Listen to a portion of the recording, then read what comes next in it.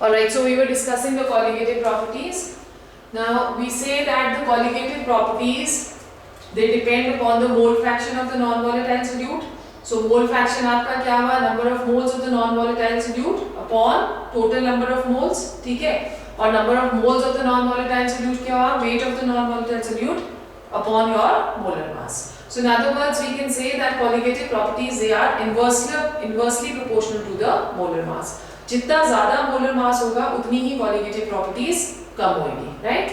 अब हमको चार कॉलिगेटिव प्रॉपर्टीज डिस्कस करनी है. The first colligative property that is known as relative lowering in vapour pressure.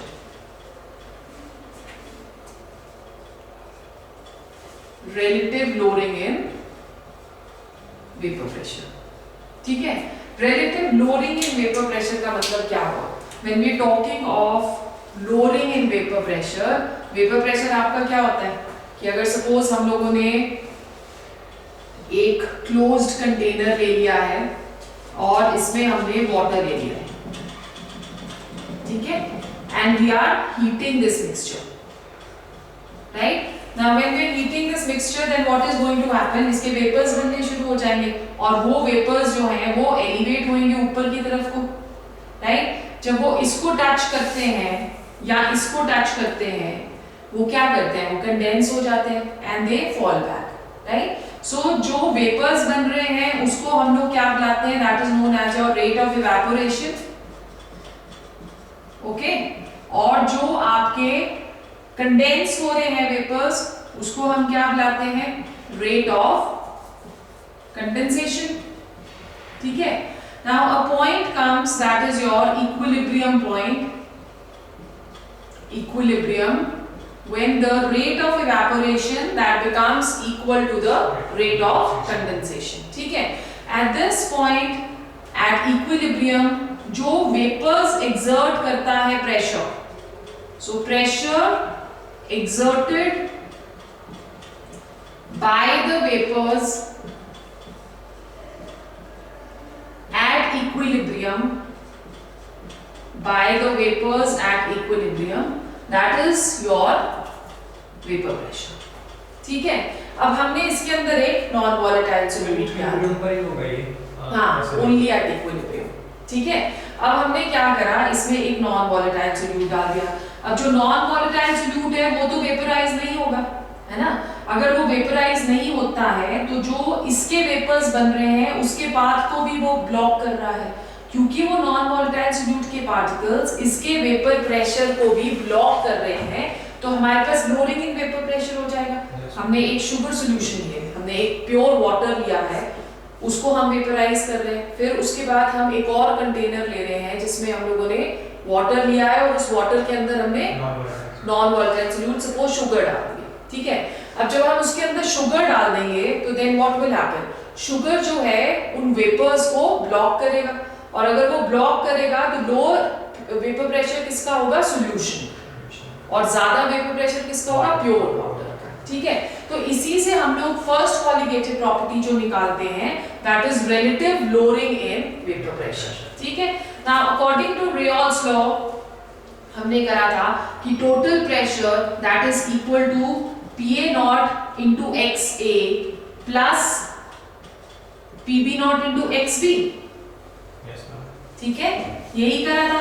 अब नॉन वॉलेटाइल सॉल्यूट की वजह से तो हमारा वेपर प्रेशर नहीं होने वाला, क्योंकि वो वेपराइज नहीं कर रहा है.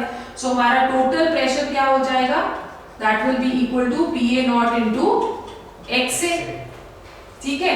अब जब हम PA naught into XA कर रहे हैं, हमें पता है कि XA that is equal to 1 minus XB, ठीक है? So to derive this formula हम दोनों साइड क्या करते हैं? दोनों साइड 1 से subtract कर देते हैं, ठीक? So subtracting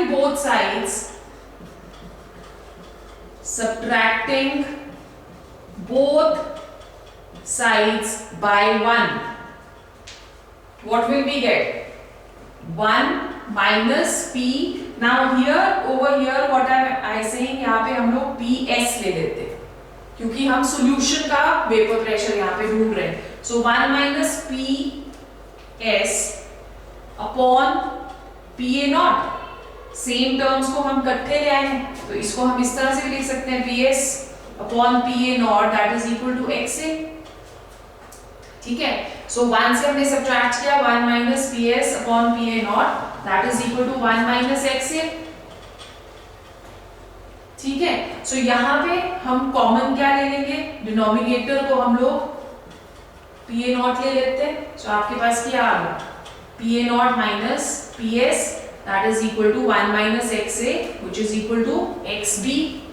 ठीक है, सो हमारा रिलेशन क्या आ रहा है, PA naught minus PS upon PA not that is equal to the mole fraction of the non-volatile solute। ठीक है, सो बिकॉज हमने फर्स्ट चीज क्या करी थी कि आपकी जो कॉलिगेटिव प्रॉपर्टी है that will only depend upon XB। सो यहाँ पे आपकी कॉलिगेटिव प्रॉपर्टी सिर्फ XB के ऊपर डिपेंड कर रही है। तो relative lowering in vapour pressure is a colligative property but lowering in vapour pressure is not a colligative property because lowering in vapour pressure आपका क्या होगा, lowering in vapour pressure will be only PA naught minus PS। This is your lowering in vapour pressure. तो ये lowering in vapour pressure आपका किसके ऊपर depend कर रहा है, XB के ऊपर भी डिपेंड करेगा और PA नॉट के ऊपर भी डिपेंड करेगा। Therefore this is not a colligative property। ठीक है, एप्लीकेशन अगर हम लोग देखें इसकी,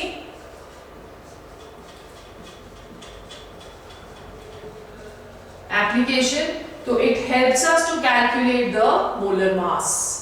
मोलर मास कैसे करेंगे, वापस आ जाओ उसी एक्सप्रेशन पे, PA naught minus PS upon PA naught that is equal to XB। ठीक है, XB आपका क्या होता है, NB upon NA plus NB। ठीक है, और NB आपका क्या हो गया, WB अपॉन NB। उसी तरह से नीचे भी हम लोग WA और MA ले लेते हैं, right. Now in this case हम बोल रहे हैं कि जो हम नॉन वॉलेटाइल सोल्यूट लेते हैं that is taken in a very small quantity because वो बहुत कम हम लोग लेते हैं, तो इसलिए हम लोग डिनोमिनेटर में यहाँ पे NB को इग्नोर कर सकते हैं।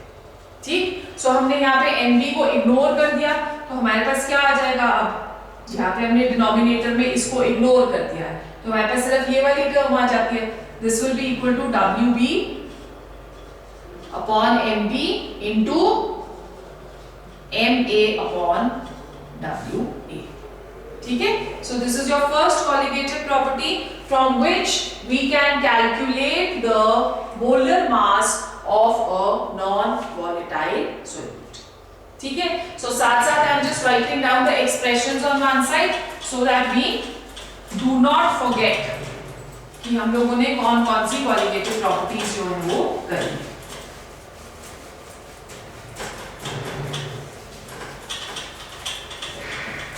First colligative property which we have done,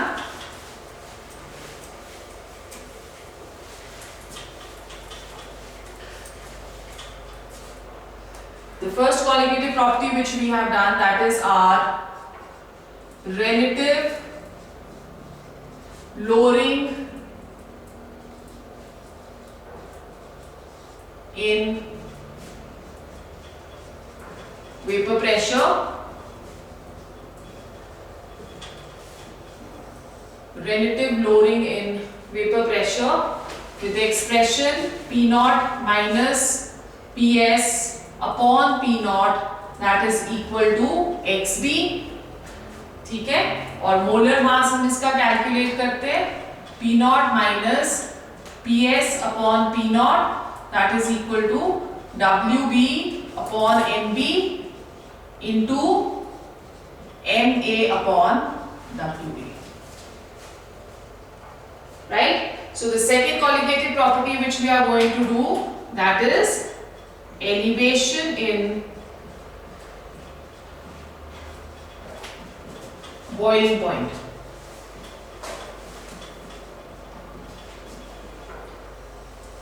Elevation in boiling point। ठीक है, अब हमने एक चीज पढ़ी थी कि जो वेपर प्रेशर होता है that is inversely proportional to boiling point। Because boiling point को अगर हम डिफाइन करें तो हम बोलते हैं कि boiling point is that constant temperature at which the vapour pressure becomes equal to the atmospheric pressure. ठीक है, सो अगर आपका वेपर प्रेशर ज्यादा होगा तो वो एटमॉस्फेरिक प्रेशर के पास होगा, तो हमको कम टेम्परेचर चाहिए टू मेक बोथ इक्वल। ठीक है, सो हम बोल रहे हैं कि जो वेपर प्रेशर है that is inversely proportional to the boiling point. So क्योंकि हमने ऑलरेडी पढ़ लिया कि वेपर प्रेशर आपका कम हो रहा है, तो अगर वेपर प्रेशर हमारा कम होगा तो बॉइलिंग पॉइंट क्या होगा, इंक्रीज। सो एलिवेशन का मतलब क्या होता है, इंक्रीज इन बॉइलिंग पॉइंट। ठीक है, so when we talking of elevation in boiling point, so we say that whenever we are drawing a graph between vapor pressure and temperature for two different solutions or two different components, तो अगर हम लोग pure solvent लेते हैं तो हमारा vapour pressure curve जो है वो इस तरह से आ जाता है। वेपर प्रेशर आपका टेम्परेचर के साथ इंक्रीज करेगा। ठीक है, so this is your curve for pure solvent. अब हमने क्या किया, इस प्योर सॉल्वेंट के अंदर शुगर या सॉल्ट कोई भी एक नॉन वॉलेटाइल सोल्यूट डाल दिया, तो हमारा जो ग्राफ होगा वो हमारा ऐसे हो जाएगा। ठीक है, अब ये आपका जो ग्राफ आ रहा है ये सॉल्यूशंस का ग्राफ आ रहा है। ठीक है, सो अब आप देखो वेपर प्रेशर, ये आपका बॉइलिंग पॉइंट आ गया ऑफ द प्योर सॉल्वेंट। जहां पे भी हम लोग प्योर सॉल्वेंट लेंगे वहां पे हमने नॉट डाल देना है। So this is your TP not. ठीक है, उसी तरह से हम इसको सॉल्यूशन के लिए जब देखते हैं,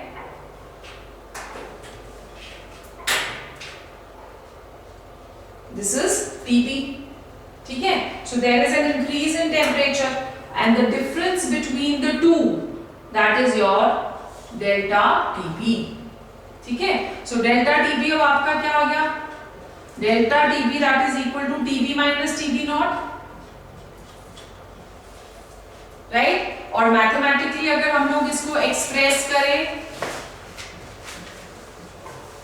मैथमेटिकली हम लोग बोलते हैं कि हमारा जो डेल्टा टीबी है, elevation in boiling point, that is directly proportional to molarity of the solution. ठीक है, सो एम आपकी क्या आ जाएगी यहाँ पे, मोलैरिटी। और we can say that delta TB that is equal to KB into M. ठीक है, जहां पे केबी आपका क्या है, that is a constant which is known as molar elevation constant, Kb which is known as molar elevation constant। ठीक है, इसको हम लोग एब्यूलियोस्कोपिक कांस्टेंट भी बुलाते हैं, राइट? अब let's put on the molarity की हम लोगों ने फॉर्मूला डालना है, तो delta TB that is going to be equal to Kb into molarity का क्या फॉर्मूला होता है, Wb into 1000 upon Nb into Wa। ठीक है, where Wb is the weight of the non-volatile solute, Nb is the molar mass of the non-volatile solute, and Wa आपका क्या हो गया, weight of the solvent, right? Now from this we can calculate our molar mass of the solute. So यही इसकी एक application है। ठीक, now why this is a colligative property, because it is depending, it is inversely proportional to the molar mass of the non-volatile solute। इसमें आपका 1000 constant आ जाता है, ये भी आपका कांस्टेंट आ गया, वेट ऑफ द सॉल्वेंट भी आपका कांस्टेंट आ गया, तो ये सिर्फ number of moles of the solute particles के ऊपर डिपेंड कर रही है, therefore it is a colligative property। ठीक है, so these expressions you need to memorize because you will get numericals from this section, very very important। okay, the next we go on to our third property now, that is your depression in freezing point। the third colligative property, इसको भी हम लोग लिख के रख लेते हैं ऊपर अपने पास।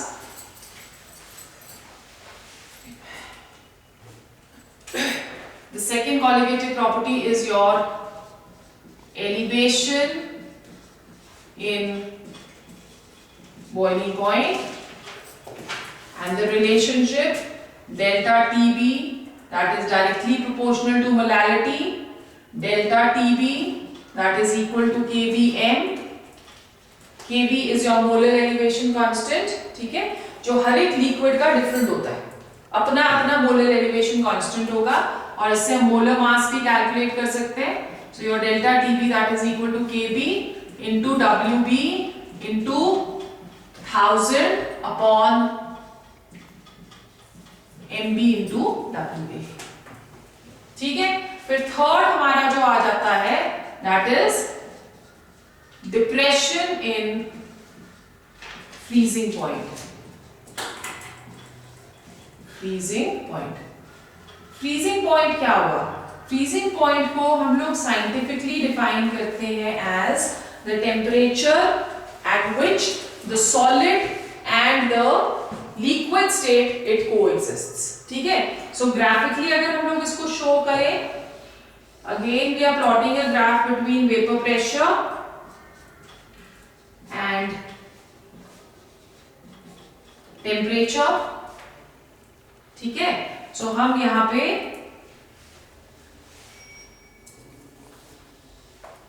ये हमारा प्योर सॉल्वेंट का ग्राफ आ रहा है. ठीक है. जहां पे ये आपका सॉलिड आ गया, ये आपका लिक्विड आ गया, और ये वाला जो टेम्परेचर है जहां पे सॉलिड और लिक्विड दोनों कोएग्जिस्ट कर रहे हैं, इसको हम लोग TF नॉट बुला देते हैं. ठीक है. अब जब हम इसमें नॉन वॉलेटाइल सोल्यूट डालेंगे तो हम देखते हैं कि हमारा ग्राफ ऐसे आ जाता है. राइट. सो ये आपका जो आया this is going to be your TF. Right. तो डेल्टा TF अब क्या आ जाएगा? Delta TF that is equal to TF not minus TF. Delta TF अगर आप प्योर सॉल्वेंट वाटर ले रहे हो, राइट, प्योर सॉल्वेंट अगर वाटर ले रहे हो, तो डेल्टा TF आपका जो है वो हमेशा क्या आ जाएगा? It is going to be in minus, because TF not आपका जीरो होगा. वाटर का फ्रीजिंग पॉइंट जीरो होता है ना, तो जीरो माइनस समथिंग, तो डेल्टा TF हमेशा आपका माइनस में आता है if we are taking the freezing point of water as 0 degree Celsius. Okay. So ये आपका डेल्टा TF आ गया. बाकी आपके सारे सेम रहते हैं. So delta TF that is equal to KF into molarity. ठीक है. और KF आपका हुआ मोलर डिप्रेशन कांस्टेंट होगा. Molar depression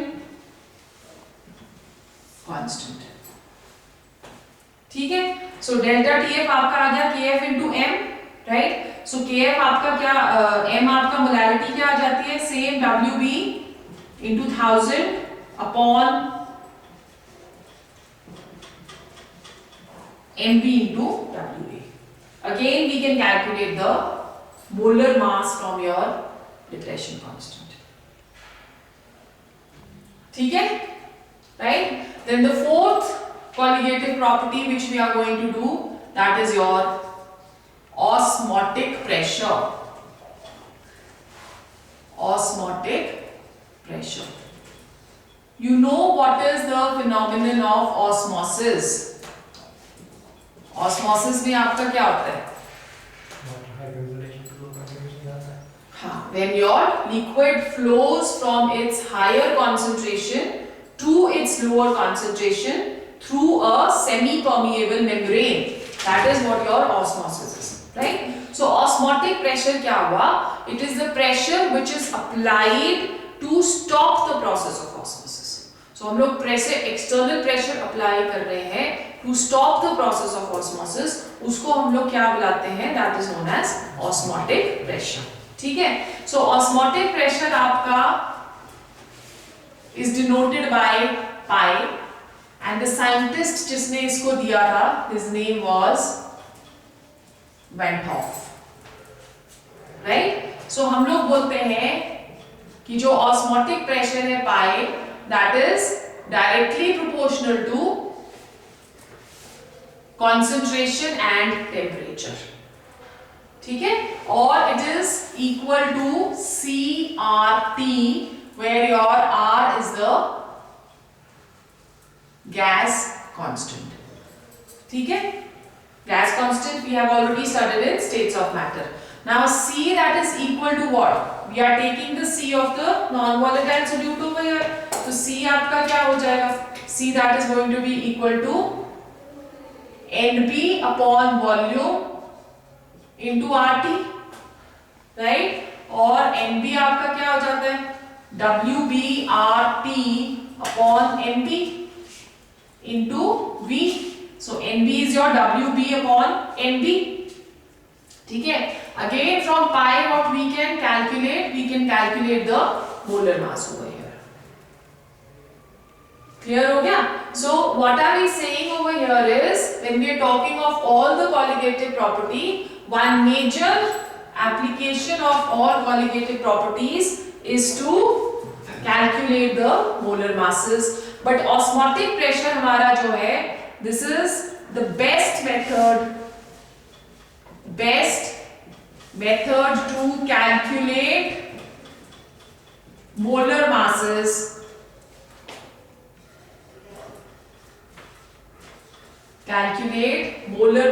of proteins.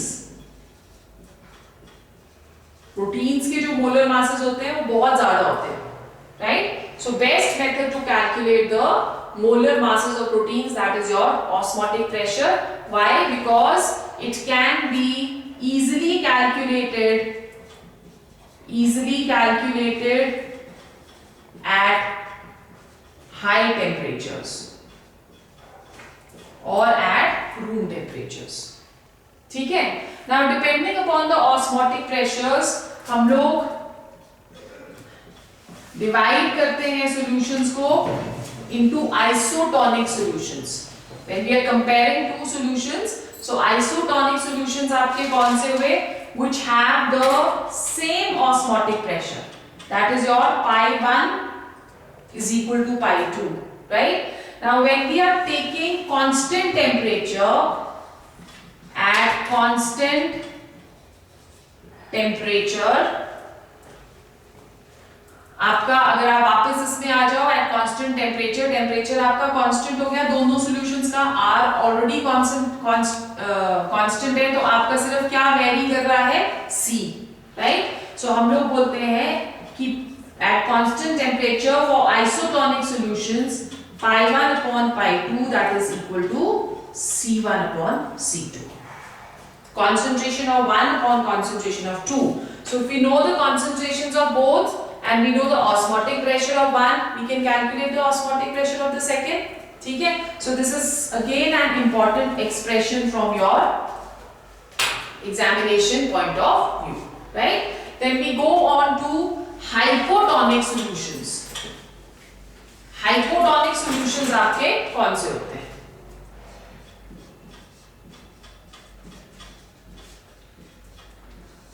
Hypotonic solutions में the osmotic pressure of the first solution that is less as compared to the osmotic pressure of the second solution. ठीक है?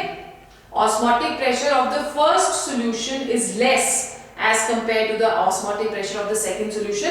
तो उसमें हम ये वाला जो हमारा relation है that is not true for your hypotonic. Okay?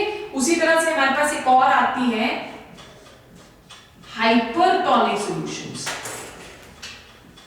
Hypertonic solutions में आपका osmotic pressure of 1 is greater than the osmotic pressure of 2.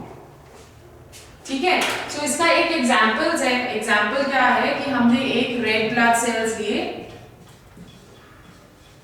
Okay, red blood cells को जब हम लोग हाइपोटोनिक सॉल्यूशन में डालेंगे तो वो क्या होंगे? हाइपोटोनिक सॉल्यूशन में वो स्वेल अप हो जाते हैं और वो बर्स्ट हो जाते हैं. व्हाई? बिकॉज प्रेशर जो हाइपोटोनिक सॉल्यूशन का है वो कम है और इसमें रेड ब्लड सेल्स में आपका प्रेशर जो है वो ज्यादा हो जाएगा. ठीक है? It will absorb water. और हाइपोटोनिक में उल्टा हो जाता है. ठीक है? Is it clear? So these are your colligative properties. Summarise कर लेते हैं एक बारी फटाफट से. हम लोगों ने जो करी है The first and second I have already written the expressions. So यहाँ पे delta TB that is directly proportional to M, okay, or your delta TB that is equal to KB into WB into 1000 upon MB into WA, ठीक है।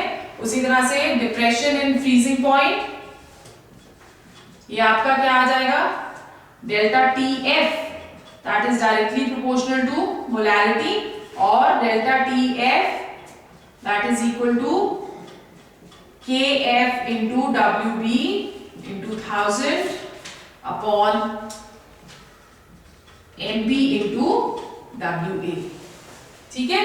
And then the fourth one, that is your osmotic pressure.